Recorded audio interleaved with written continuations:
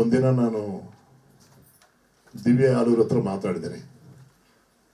ಅಮ್ಮ, ಸಿನಿಮಾ ಮಾಡಿದ್ದೀನಿ, ರಿಲೀಸ್ ಮಾಡಬೇಕಂದ್ರೆ ತುಂಬ ಕಷ್ಟ ಇದೆ, ಥಿಯೇಟ್ರಿಗೆ ಜನ ಬರ್ತಾರೋ ಬರೋ ಭಯ ಇದೆ ಅನ್ನುವಾಗ ದಿವ್ಯ ಒಂದೇ ಮಾತು ಹೇಳಿದ್ದಾರೆ, ಅಣ್ಣನ ಒಂದ್ಸಲ ಮೀಟ್ ಮಾಡೋಣ. ಕನ್ನಡ ಪರ ಹೋರಾಟಗಾರರು, ಕನ್ನಡ ಚಿತ್ರರಂಗಕ್ಕೆ ಯಾಕೆ ಸಹಾಯ ಮಾಡಲ್ಲ ಅನ್ನೋರು ಅಂತ ನನ್ನನ್ನು ಆಫೀಸ್ ಕರ್ಕೊಂಡೋದ್ರು.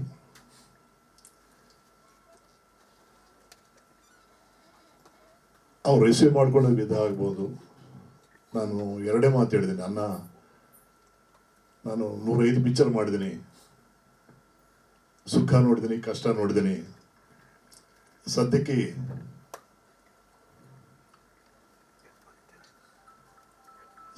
ನಾನು ಕಷ್ಟನೇ ನೋಡ್ತಾ ಇದ್ದೀನಿ. ಸಿನಿಮಾ ಮಾಡಿದ್ರೆ ಕಷ್ಟ ಆಗಲಿಲ್ಲ, ನನಗೆ ಸಿನಿಮಾ ರಿಲೀಸ್ ಮಾಡಿದ್ರೆ ಕಷ್ಟ ಅನ್ನಿಸ್ತಾ ಇದೆ ಅನ್ನುವಾಗ ಅನ್ನೋರು ಒಂದೇ ಒಂದು ಮಾತು ಹೇಳಿದ್ದಾರೆ, ನನ್ನ ಜನ ಇದ್ದಾರೆ, ನನ್ನ ಕರವೇ ಇದೆ, ರಕ್ಷಣಾ ವೇದಿಕೆ ಅವರು ಇದ್ದಾರೆ, ರಾಜ್ಯಾದ್ಯಂತ ಯಾರ್ಯಾರು ಇದ್ದಾರೋ ಎಲ್ಲರೂ ಈ ಸಿನಿಮಾ ನೋಡೋತರ ನಾನು ಕರೆ ಕೊಡ್ತೀನಂತ ನನ್ನ ಭುಜ ತಟ್ಟಿ ಹೇಳಿದ್ದಾರೆ. ನಿಜವಾಗ್ಲೂ ಅವ್ರಿಗೆ ನನಗಿಂತ ಚಿಕ್ಕವರಾದ್ರೂ ನಾನು ಕೈ ಮುಗಿದು ನಮಸ್ಕಾರ ಮಾಡ್ತೀನಿ. ಯಾಕಂದ್ರೆ ಇದು ಸಾಮಾನ್ಯವಾದ ಮಾತಲ್ಲ. ಸಿನಿಮಾ ಅನ್ನೋದು ವ್ಯಾಪಾರ. ವ್ಯಾಪಾರ ರಂಗದಲ್ಲಿ ಈ ರೀತಿ ಸಪೋರ್ಟ್ ಮಾಡೋದು ತುಂಬ ಕಷ್ಟ. ಬಟ್ ಏನಂದರೆ ಕನ್ನಡ ಚಿತ್ರ ಆಗೋದ್ರಿಂದ ಅವ್ರು ಒಂದು ಹೇಳಿದ್ದಾರೆ, ನೀವು 105 ಚಿತ್ರ ಮಾಡಿದಿರಿ, ಸಿನಿಮಾ ರಂಗದಲ್ಲಿ ಯಾರು ಎಷ್ಟು ಕಷ್ಟಪಡ್ತಾರೆ ಗೊತ್ತು ನನಗೆ, ನಿಮ್ಮ ರಿಲೀಸ್ಗೆ ಏನು ಅರೇಂಜ್ಮೆಂಟ್ ಬೇಕೋ ನಾನು ಮಾಡಿಕೊಡ್ತೇನಂತ ಅವ್ರು ಮಾತು ಕೊಟ್ಟಿದ್ದಾರೆ. ಅಣ್ಣವರು ತುಂಬ ಕಷ್ಟ ಈ ಕಾಲದಲ್ಲಿ. ಬೆನ್ನು ತಟ್ಟೋದು ಬೇರೆ, ಸಪೋರ್ಟ್ ಮಾಡೋದು ಬೇರೆ. ಎಲ್ಲ ಥರ ಅನ್ನೋರು ನನಗೆ ಸಪೋರ್ಟ್ ಮಾಡ್ತೇನೆ ಅಂತ ಹೇಳಿದ್ದಾರೆ. ತುಂಬ ಸಂತೋಷ ಆಗುತ್ತೆ. ಅವ್ರು ಏನೇನು ಸಮಾಜಕ್ಕೆ ಏನೇನು ಮಾಡ್ತಾ ಇದ್ದಾರೋ ನಾನು ಕಣ್ಣಾರ ನೋಡಿದ್ದೀನಿ. ಎಷ್ಟೋ ಡಿಸ್ಪ್ಯೂಟ್ಸ್ ಸಿನಿಮಾ ರಂಗದಲ್ಲಿ ಆಗ್ಬೋದು, ಬೇರೆ ರೀತಿ ಆಗಬಹುದು, ಎಲ್ಲರಿಗೂ ತುಂಬ ಸಪೋರ್ಟ್ ಮಾಡಿ ನಾನು ಆಫೀಸ್ನಲ್ಲಿ ಕಣ್ಣಾರ ನೋಡಿದ್ದೀನಿ. ನಮ್ಮ ಚಿತ್ರರಂಗದಲ್ಲಿ ಇರುವಂಥ ಎಷ್ಟೋ ಡಿಸ್ಪ್ಯೂಟ್ಸನ್ನ ಅನ್ನೋರು ತುಂಬ ಸುಲಭವಾಗಿ, ತುಂಬ ಈಸಿಯಾಗಿ ಅವ್ರ ಕೈನಿಂದ ದುಡ್ಡು ಕೊಟ್ಟು ಸಾಲ್ವ್ ಮಾಡಿದ ಸನ್ನಿವೇಶ ನಾನು ನೋಡಿದ್ದೀನಿ. ನಾನು ಅವತ್ತು ಇದೇ ವೇದಿಕೆಯಲ್ಲಿ ಡಾಕ್ಟರ್ ರಾಜು ಅವರು ನಾನು ಸಿನಿಮಾ ಮಾಡಿಕೊಡ್ತೀನಿ, ಸಿನಿಮಾ ಡೈರೆಕ್ಟರ್ ಸಾಯಿಪ್ರಕಾಶ್ ಸಿನಿಮಾ ಮಾಡಿಸ್ರಂತ ಹೇಳಿದ್ದಾರೆ. ಅದೇ ಆಫೀಸ್ನಲ್ಲಿ ಅನ್ನೋರು ಒಂದೇ ಮಾತು ಹೇಳಿದ್ದಾರೆ, ನೀವು ಫ್ರೀಯಾಗಿ ಕೂತ್ಕೋಬಾರ್ದು ಸಾಯಿಪ್ರಕಾಶ್, ನೀವು ಕೆಲಸ ಮಾಡ್ತಾ ಇರಬೇಕು, ನೀವು ಎಂತೆಂಥ ಸಿನಿಮಾಗಳು ಮಾಡಿದಿರಿ. ಕರವೇ ತಂಬೂರಿ ಸಂಸ್ಥೆಯಲ್ಲಿ ನೀವೊಂದು ಸಿನಿಮಾ ಮಾಡಿಕೊಡಿ ಅಂತ ಅವರು ಅನ್ನೋರು ಅವತ್ತು ಕೇಳಿದ್ದಾರೆ. ಅಲ್ಲೇ ನಾನು ಅಣ್ಣ ಕಮರ್ಷಿಯಲ್ ಅಂತ ನಾನು ಯೋಚನೆ ಮಾಡಲ್ಲ, ಒಂದು ಒಳ್ಳೆ ಸಂದೇಶ ಇರುವಂಥದ್ದು ನಿಮ್ಮ ಸಿನಿಮಾ ಮಾಡಿಕೊಡ್ತಂತ ಹೇಳುವಾಗ ಒಂದು ಸಣ್ಣ ಕಥೆನೂ ಹೇಳಿದ್ದೀನಿ. ಅನ್ನೋರು ಆಕ್ಸೆಪ್ಟ್ ಮಾಡಿದ್ದಾರೆ, ಆ ಸಿನಿಮಾ ಮಾಡೋಣ ಅಂತ ನನಗೆ ಸಪೋರ್ಟ್ ಕೊಟ್ಟಿದ್ದಾರೆ. ಇಂಥ ಕಷ್ಟಕಾಲದಲ್ಲಿ ಸಿನಿಮಾ ರಿಲೀಸ್ ಮಾಡೋಕ್ಕೆ ಸಹಾಯ ಮಾಡೋದು, ಸಿನಿಮಾ ಥಿಯೇಟ್ರಿಗೆ ಜನ ಬರೋದಕ್ಕೆ ಸಪೋರ್ಟ್ ಮಾಡೋದು, ಜೊತೆಯಲ್ಲಿ ನೀವು ಫ್ರೀಯಾಗಿರಬಾರ್ದು, ಇನ್ನೊಂದು ಸಿನಿಮಾ ಮಾಡಬೇಕು, ಅದು ನನ್ನ ಸಂಸ್ಥೆ ಆಗಿರ್ಬೇಕಂತ ಆಶೀರ್ವಾದ ಮಾಡೋದು ತುಂಬ ದೊಡ್ಡ ವಿಷಯ ಅಂತ ನಾನು ಅಂದ್ಕೊಂಡಿದ್ದೀನಿ. ಇಂಥವ್ರ ಸಹಾಯ ಇದ್ದರೆ ನಾವು ಇನ್ನೂ ಎಷ್ಟೆಷ್ಟು ನಾವು ಸಾಧನೆ ಮಾಡ್ಬೋದು ಅಂತ ನಾನು ಅಂದ್ಕೊಂಡಿದ್ದೀನಿ. ನಾರಾಯಣಗೌಡರು ನನಗೆ ತುಂಬ ತುಂಬ ಇಂಥ ಕಷ್ಟ ಸಮಯದಲ್ಲಿ, ಸುಖ ಇರುವಾಗ ಎಲ್ಲ ನಮ್ಮ ಹಿಂದೆ ಇರ್ತಾರೆ. ಈ 36 ವರ್ಷ ಕನ್ನಡದಲ್ಲೇ ನಾನು ಹತ್ರ 96 ಚಿತ್ರ ನಿರ್ದೇಶನ ಮಾಡಿದ್ದೀನಿ. ಅಂದರೆ ನೀರಿಂಗ್ ಒಂದು 70 ಜನ ನಿರ್ಮಾಪಕರು ನಾನು ಸಿನಿಮಾ ಮಾಡಿಕೊಟ್ಟಿದ್ದೀನಿ. ಕಷ್ಟ ಸಮಯದಲ್ಲಿ ಯಾರನ್ನು ಬಂದಿಲ್ಲ ನನಗೇನು ಬೇಜಾರಿಲ್ಲ. ಯಾಕಂದರೆ ಇದು ವ್ಯಾಪಾರದಲ್ಲಿ ಲಾಭ ಬರುತ್ತೆ, ನಷ್ಟ ಬರುತ್ತೆ. ನಾನು ಲಾಭ ಬರೋ ಸಂತೋಷಪಟ್ಟಿದ್ದೀನಿ, ನಷ್ಟ ಬರೋ ನಾನು ಯಾರನ್ನೂ ಬ್ಲೇಮ್ ಮಾಡಲಿಲ್ಲ. ನನ್ನ ಅದೃಷ್ಟ ಏನಂದರೆ ಹತ್ರ 90% ಎಬೋ ನಾನು ಸಕ್ಸಸ್ ಮಾಡಿ ಕೊಟ್ಟಿದ್ದೀನಿ. ಅದು ನನ್ನ ಅದೃಷ್ಟ ಅಂತ ಹೇಳಕ್ಕೆ ಇಷ್ಟಪಡ್ತೀನಿ. ನಾನು ಇವತ್ತು ಅನ್ನೋರು ಹೇಳಿದ್ದಾರೆ, 1 ತಿಂಗಳಿಂದ ನಾನು ಫಾಲೋ ಮಾಡ್ತಾ ಇದ್ದೀನಿ. ಫಸ್ಟ್ ಹೋಗಿ ಮೀಟ್ ಮಾಡುವಾಗ ಹುಟ್ಟಿದಬ್ಬ ಬಂತು, ಜೂನ್ 10. ಅದಾದ್ಮೇಲೆ ಮ್ಯಾರೇಜ್ ಡೇ ಬಂತು, ಆಮೇಲೆ ಕೆಂಪೇಗೌಡ ಹುಟ್ಟಿದಬ್ಬ ಬಂತು, ಇವತ್ತು ನನ್ನ ಹುಟ್ಟಿದಬ್ಬ ಬಂತು. ನನ್ನ ಟೈಮ್ ಚೆನ್ನಾಗಿದೆ. ಇವತ್ತು ಅನ್ನೋರು ಬಂದು ಬಳಗ ಎಲ್ಲ ಸೇರಿ ಸಿನಿಮಾ ನೋಡಿದ್ದಾರೆ. ನಾನು 90 ನನ್ನ ಥಿಯೇಟರ್ ಬಗ್ಗೆ ಕೂತ್ಕೊಂಡಿದ್ದೀನಿ. ನಾನು ತುಂಬ ರೆಸ್ಪಾನ್ಸ್ ಇತ್ತು. ತುಂಬ ಜನ ಡೈಲಾಗ್ ಅವರೇ ಹೇಳ್ತಾ ಇದ್ದಾರೆ. ಅಂದರೆ ಇದು ತುಂಬ ಹತ್ರ ಇರುವಂಥ ಸಿನಿಮಾ ಅಂತ ನನಗೆ ಅನ್ನಿಸ್ತು. ನನಗೂ ಗೊತ್ತು, ನನಗೆ ಹತ್ರವಾಗಿರೋ ಸಿನಿಮಾನೇ ಇದು. ಈ ಸಿನಿಮಾ ನೋಡುವಾಗ ನಮ್ಮ ಸ್ನೇಹಿತರ ಮನೆ ಆಗ್ಬೋದು, ನಮ್ಮ ನೆಂಟರ ಮನೆ ಆಗ್ಬೋದು, ಅಕ್ಕಪಕ್ಕವ್ರ ಮನೆ ಆಗ್ಬೋದು, ಇದು ನೋಡ್ತಾ ಇದ್ವಿ, ಈ ರೀತಿ ಆಗಬಾರದು ಅನ್ನೋ ಮನಸ್ಸು ಅನ್ನಿಸ್ತದೆ. ಈ ಸಿನಿಮಾ ನೋಡಿ ಮನೆಗೆ ಹೋದ್ಮೇಲೆ ತುಂಬ ಯೋಚನೆ ಮಾಡ್ತಾರೆ. ಅಂತ ಯೋಚನೆ ಮಾಡೋಂಥ ಸಿನಿಮಾ ಈ ಸೆಪ್ಟೆಂಬರ್ 10 ಆತ್ಮಹತ್ಯೆ ನಿವಾರಣಾ ದಿನ. ಸಾಯೋಕ್ಕೂ ಮಾಡು, ಧೈರ್ಯ ಬದುಕೋಕ್ಕೂ ಮಾಡಿ ಅನ್ನೋದೇ ಒಂದು ಕಾನ್ಸೆಪ್ಟ್ ಸಿನಿಮಾ ಮಾಡಿದ್ದೀನಿ. ಬಹುಶಃ ಇವತ್ತಿನ ಕನ್ನಡ ಚಿತ್ರರಂಗದ ಪರಿಸ್ಥಿತಿ ಏನಿದೆ ಅಂತ ಎಲ್ಲರಿಗೂ ಗೊತ್ತಿದೆ. ಬಹುಶಃ ಸಾಯಿ ಪ್ರಕಾಶ್ ಅವರು ನನ್ನ ಕಚೇರಿಗೆ ಬಂದಾಗ ನನಗೆ ಎಲ್ಲ ವಿಚಾರಗಳನ್ನು ನನ್ನ ಜೊತೆಯಲ್ಲಿ ಹಂಚಿಕೊಂಡ್ರು. ಒಂದು ಸಿನಿಮಾ ಮಾಡಿದ್ದೀನಿ, ಅದನ್ನು ಬಿಡುಗಡೆ ಮಾಡಲಿಕ್ಕೆ ಕಷ್ಟ ಆಗ್ತಾ ಇದೆ. ನಾನು ಅವ್ರು ಕೇಳಿದೆ, ಎಷ್ಟು ಸಿನಿಮಾ ನಿರ್ದೇಶನ ಮಾಡಿದ್ದೀರಿ ಅಂತ ಹೇಳಿ. ಸುಮಾರು ನಾನು 105 ಸಿನಿಮಾಗಳನ್ನು ಮಾಡಿದ್ದೀನಿ ಅಂತ ಹೇಳುವಾಗ ನಾನು ಅಂದ್ಕೊಂಡೆ, 105 ಸಿನಿಮಾ ಮಾಡಿದ ಮೇಲೆ ಆರ್ಥಿಕವಾಗಿ ಭಾರಿ ಗಟ್ಟಿರ್ತಾರೆ ಅಂತೇಳಿ ಅಂದ್ಕೊಂಡಿದ್ದೆ. ಆಮೇಲೆ ಅವರ ವಿಚಾರಗಳನ್ನ ಗೊತ್ತಾದ ಮೇಲೆ, ತಿಳ್ಕೊಂಡ ಮೇಲೆ, ಪ್ರಾಮಾಣಿಕವಾಗಿ ಯಾವುದೇ ಕ್ಷೇತ್ರದಲ್ಲಿ ಕೆಲಸ ಮಾಡಿದಾಗ ಸಂಪತ್ತನ್ನು ಉಳಿಸ್ಕೊಳ್ಳೋದು ಭಾರಿ ಕಷ್ಟ. ಇವತ್ತು ಅನೇಕರು ಕನ್ನಡ ಚಿತ್ರ ನಿರ್ಮಾಪಕರು, ನಿರ್ದೇಶಕರು, ಕಲಾವಿದರು ಯಾವ ಪರಿಸ್ಥಿತಿಯಲ್ಲಿದ್ದಾರೆ ಅನ್ನೋದು ನಾನು ಭಾರಿ ಹತ್ತಿರವಾಗಿ ಗಮನಿಸಿದ್ದೇನೆ. ಅದರಲ್ಲೂ ಸಹ ಪೋಷಕ ಕಲಾವಿದರಿದ್ದಾರಲ್ಲ, ಅವರ ಕಷ್ಟವನ್ನು ನೋಡಲಿಕ್ಕೆ ಭಾರಿ ಕಷ್ಟ. ಆ ಪರಿಸ್ಥಿತಿಯಲ್ಲಿ ಕನ್ನಡ ಚಿತ್ರರಂಗದ ಕಲಾವಿದರಿದ್ದಾರೆ, ನಿರ್ಮಾಪಕರಿದ್ದಾರೆ, ನಿರ್ದೇಶಕರಿದ್ದಾರೆ. ಕನ್ನಡದಲ್ಲಿ ಬಹುದೊಡ್ಡ ನಿರ್ದೇಶಕರು ಒಬ್ಬರು ಒಂದು ಸಿನಿಮಾ ಮಾಡಿ ಅದನ್ನು ಬಿಡುಗಡೆ ಮಾಡಲಿಕ್ಕೆ ಭಾರಿ ಕಷ್ಟ ಅನ್ನುವ ಕಾಲ ಇದೆ ಎನ್ನುವಾಗ ನಾವು ಯೋಚನೆ ಮಾಡಬೇಕು. ಅದಕ್ಕಾಗಿ ನಾನು ಅವ್ರಿಗೆ ಬೇರೆ ಮಾತು ಏನು ಹೇಳಲಿಲ್ಲ. ನಿಮ್ಮ ಜೊತೆಯಲ್ಲಿ ನಾನಿದ್ದೀನಿ, ಕರವೇ ಕಾರ್ಯಕರ್ತರು ನಿಮ್ಮ ಜೊತೆಯಲ್ಲಿ ಇರ್ತಾರೆ, ನೀವು ಸಿನಿಮಾ ಬಿಡುಗಡೆ ಮಾಡಿ.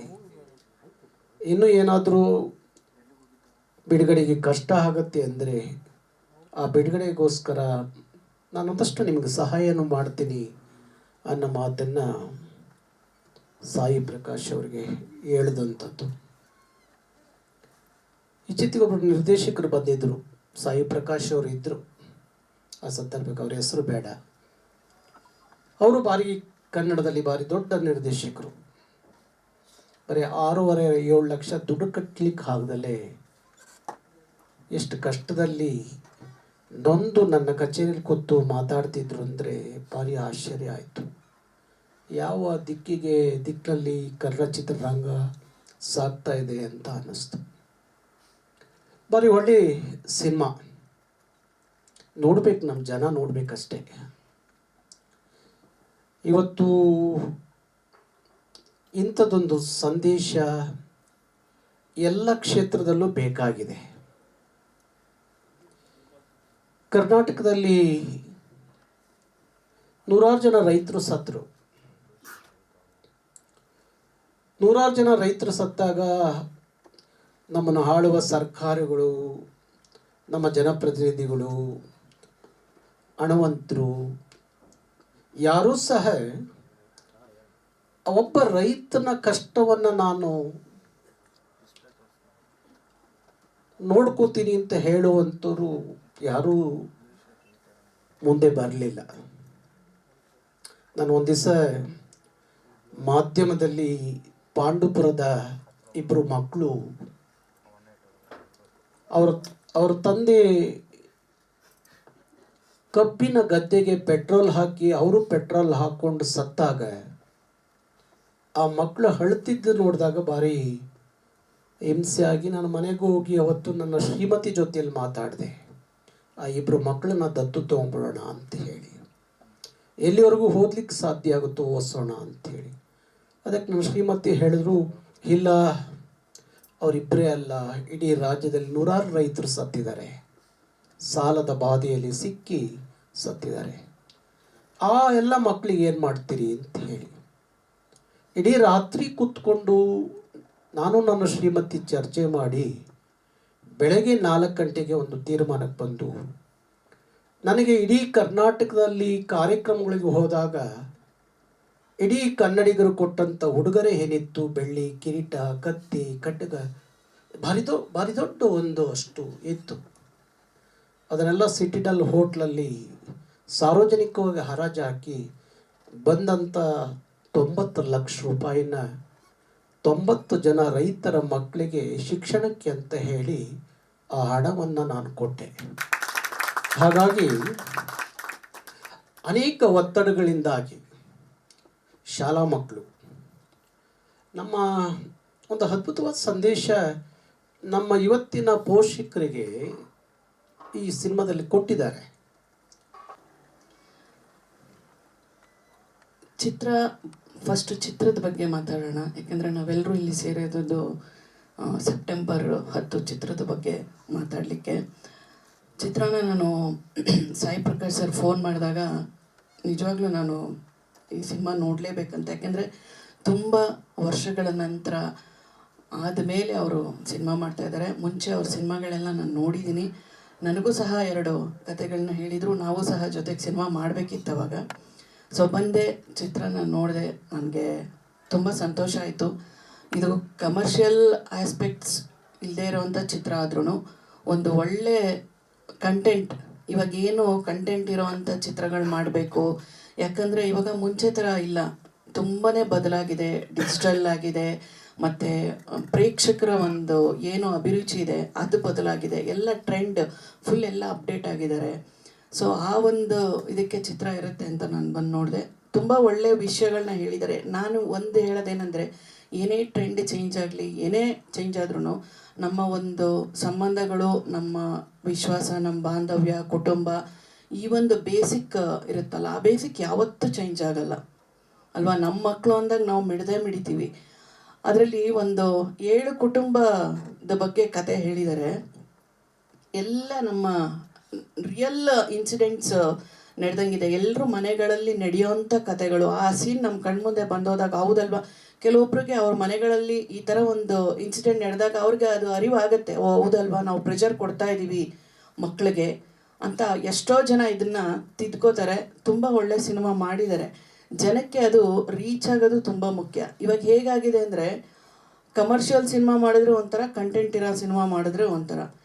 ಜನಕ್ಕೆ ರೀಚ್ ಆಗೋದಕ್ಕೆ ಏನು ಇಂಪಾರ್ಟೆಂಟ್ ಮ್ಯಾಟ್ರ್ ಇರುತ್ತಲ್ಲ, ಅದನ್ನು ಇವತ್ತು ಫೋನಲ್ಲಿ, ಇನ್ಸ್ಟಾಗ್ರಾಮಲ್ಲಿ, ಫೇಸ್ಬುಕ್ಕಲ್ಲೇ ನೋಡ್ಬಿಟ್ಟಿರ್ತಾರೆ ನಮ್ಮ ಜನ.